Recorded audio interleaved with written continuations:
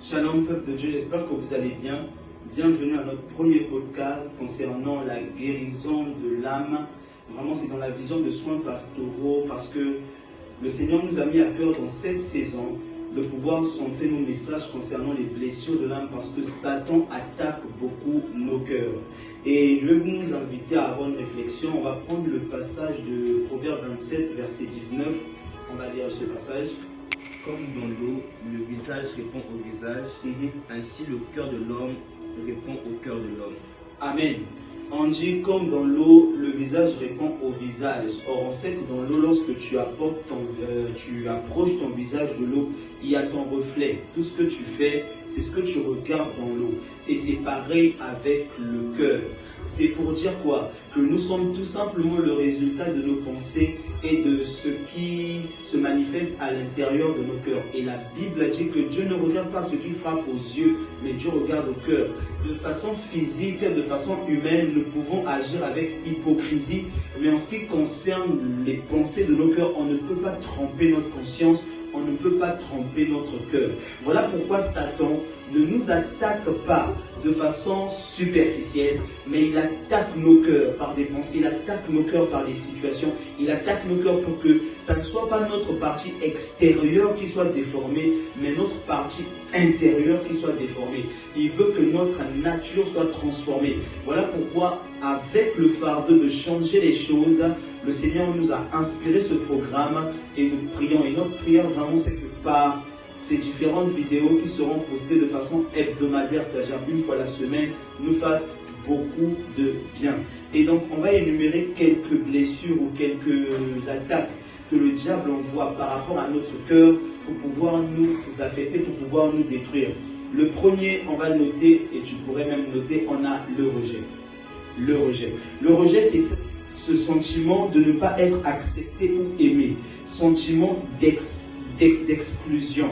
Beaucoup de personnes ou beaucoup d'enfants de Dieu, même ceux qui ne sont pas enfants de Dieu, souffrent de rejet à cause des situations qu'ils ont eu à vivre dans leur famille, tellement ils ont été isolés, tellement on ne les a pas trop assez aimés.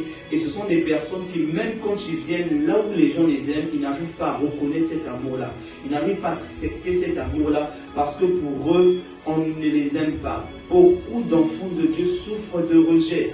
Beaucoup d'enfants de Dieu sont victimes de rejet. Et ce que tu dois savoir, c'est que Christ a été rejeté pour que toi, tu ne sois pas rejeté. Le rejet n'est pas une bonne chose. Le sentiment de rejet n'est pas une bonne chose.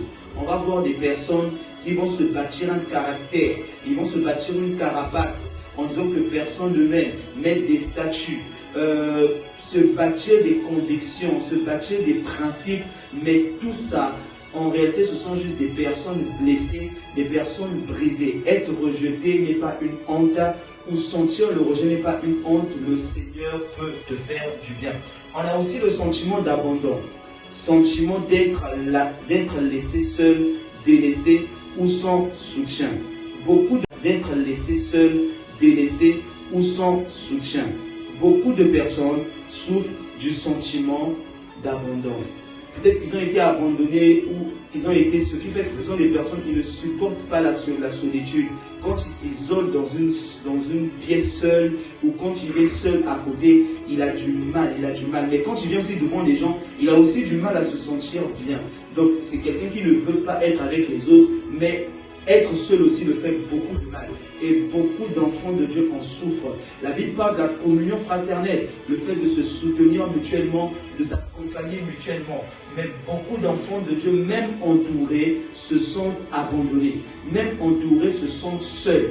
Parce que c'est comme s'ils n'arrivent pas à trouver des personnes compatibles. Ils n'arrivent pas à trouver des personnes avec qui marcher. C'est l'une des blessures ou l'une des attaques que le diable envoie contre ton cœur. Parmi encore l'autre attaque, on a l'humiliation. Sentiment de honte, de perte de dignité, moquerie ou de dénigrement. Beaucoup manifestent même de l'orgueil ou beaucoup ont un caractère, des mauvais caractères. Si vous voyez, au fond, ce sont juste des personnes blessées. Ce sont des personnes qui souffrent d'humiliation. Peut-être qu'il a été tellement humilié dans son passé ou lorsqu'il était petit, que lorsqu'il grandit, il ne se laisse plus faire. J'ai rencontré quelqu'un qui, lorsque vous avez une conversation avec cette personne, la personne veut toujours avoir raison, elle veut toujours dominer par son langage. Mais plus tard, en discutant, j'ai compris que c'était quelqu'un qui subissait trop d'humiliation dans son passé.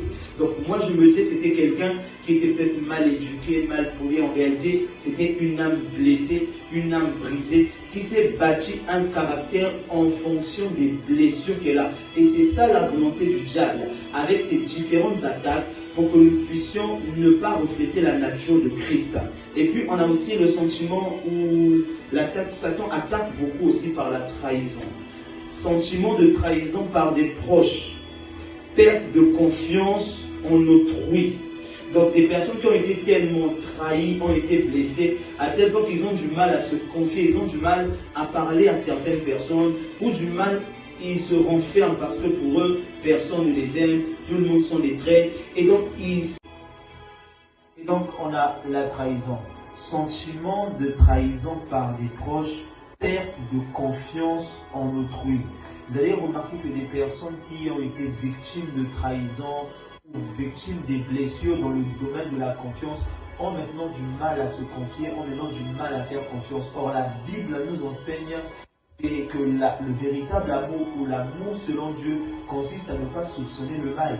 Mais vous allez remarquer que lorsque Satan attaque quelqu'un ou attaque le cœur de quelqu'un dans le domaine de la confiance, la trahison, pardon, la personne a du mal à faire confiance, la personne a du mal à parler, la personne devient aigrie.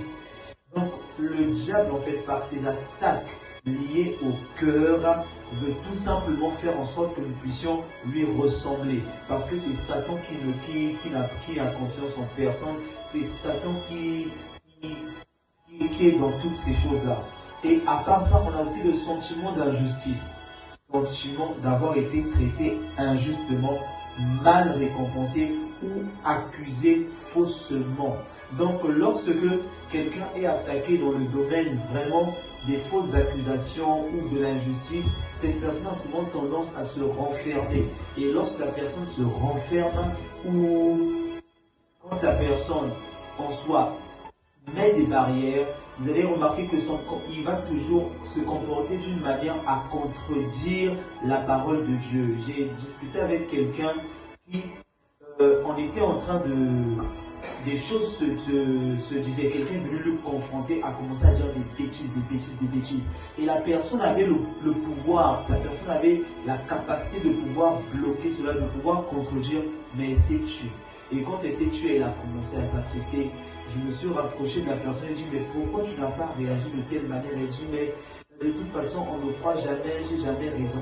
Je me suis dit, tiens, comment elle peut raisonner comme ça? Et en discutant avec la personne, j'ai compris qu'elle a tellement vécu des situations où elle a été accusée faussement, injustement, qu'elle se dit qu'elle n'a plus de parole, que tout ce qu'elle dira, on ne va jamais la croire. Elle n'a plus confiance en elle, encore moins aux paroles qui sortent de sa bouche. Il y a des gens, on leur a tellement accusé faussement qu'ils croient maintenant en ces faussetés-là. Ils croient qu'ils sont des mauvaises personnes.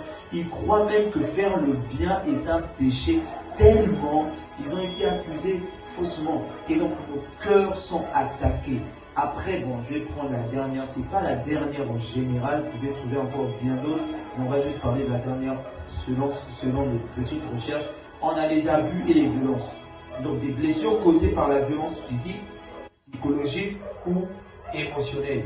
Ça aussi, ça bâtit un certain caractère. Ça bâtit un certain comportement. Il y avait une femme, elle causait avec un homme.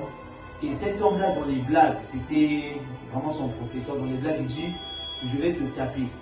Hein, tu continues, je vais te taper. Il y a ça dans les blagues. Mais la femme, elle a pris ce fait, tu vas me taper pourquoi?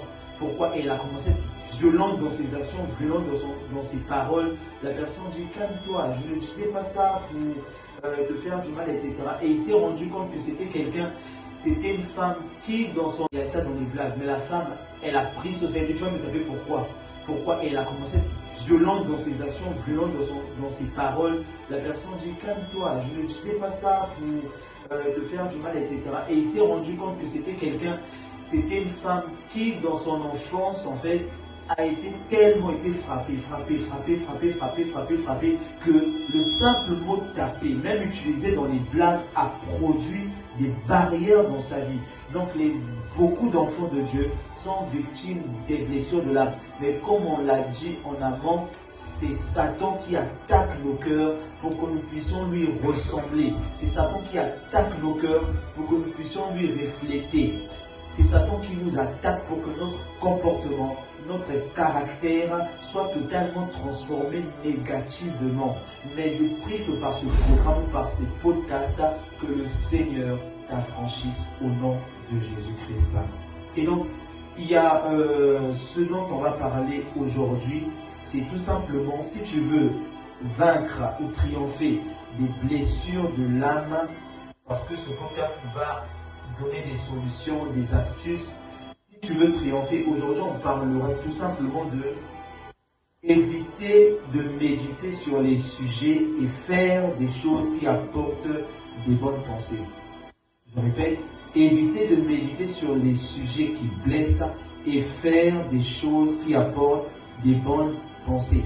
Ce que tu dois savoir en tant qu'enfant de Dieu, c'est que le Seigneur t'a établi sentinelle de ton cœur. Je répète, le Seigneur t'a donné une responsabilité. C'est celui de veiller tout simplement sur ton cœur. Voilà, on va prendre le Proverbe 4, verset 23. Proverbe 4, verset 23. Il écrit, garde ton cœur plus que toute chose, car de lui viennent les sources de la vie. Garde ton cœur plus que toute autre chose. Ce n'est pas Dieu qui va le garder. Dieu te donne la responsabilité de garder le cœur qu'il a créé et qu'il t'a confié.